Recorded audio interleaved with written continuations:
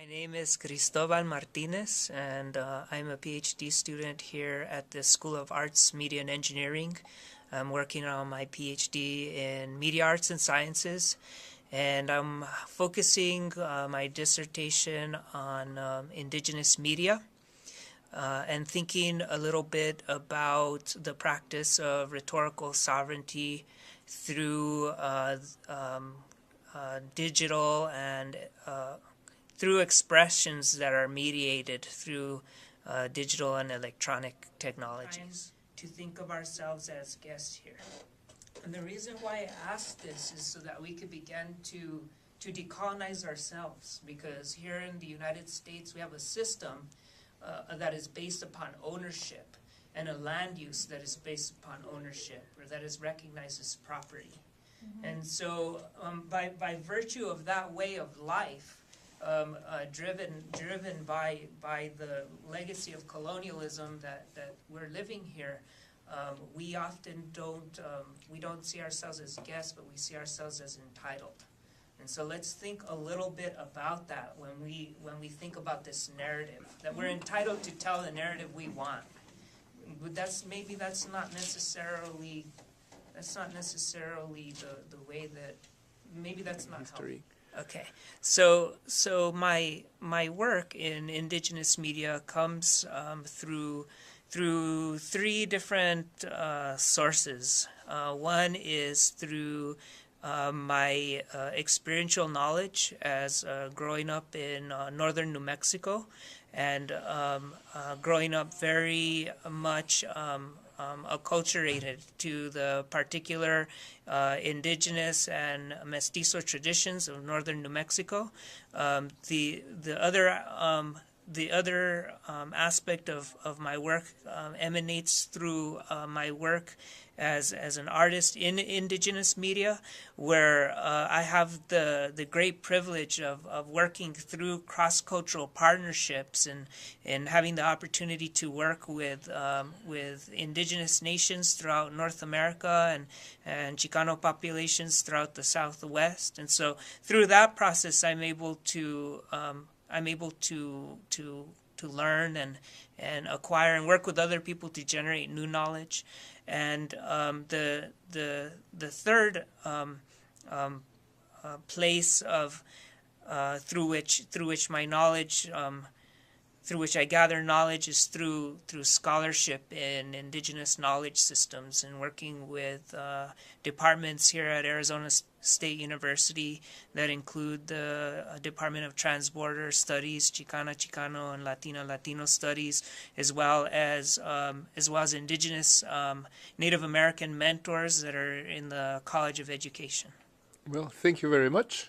And so that's part of the dominant narrative as well, is that would lead us to believe that Native people no longer exist. But Native people are alive and well and have a living culture and a way of being.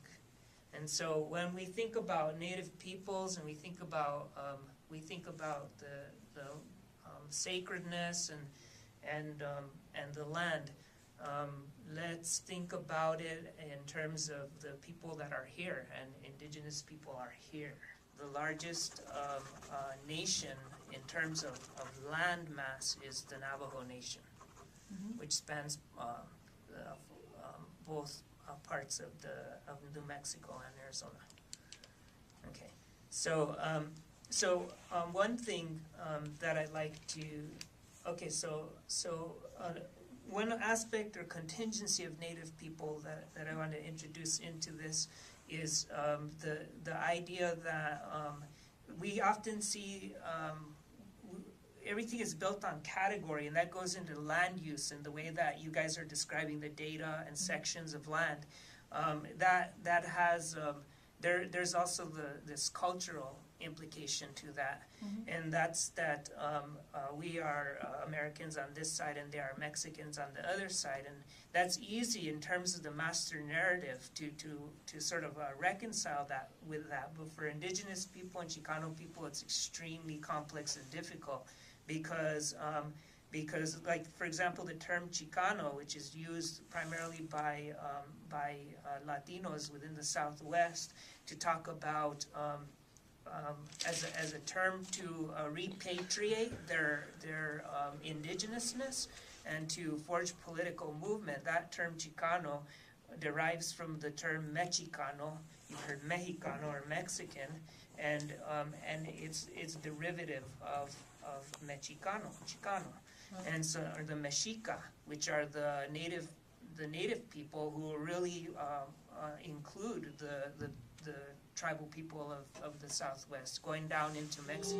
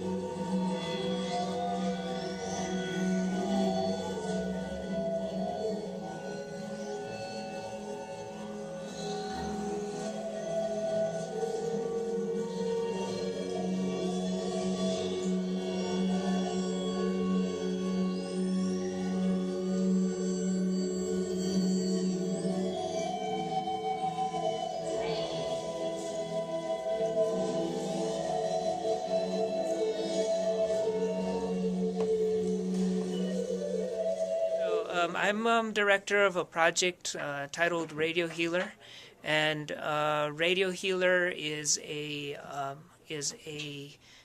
performance project that has been here in Arizona probably for a little over 9 years now, and what we do to express this work is we work with local Arizona and New Mexico Native American communities. We come together to try to understand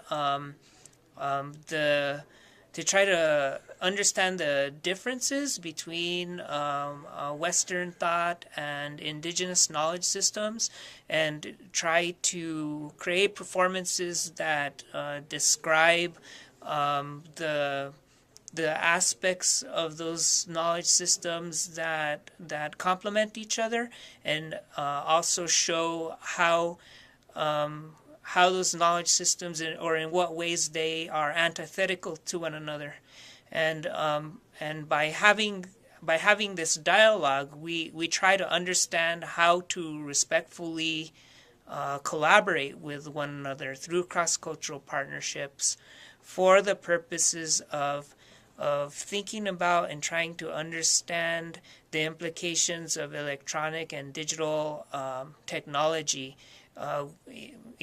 within the framework of tribal life, and then also too in how these technologies are affecting everybody's personal everyday lives or lived experience. Yeah, well, great.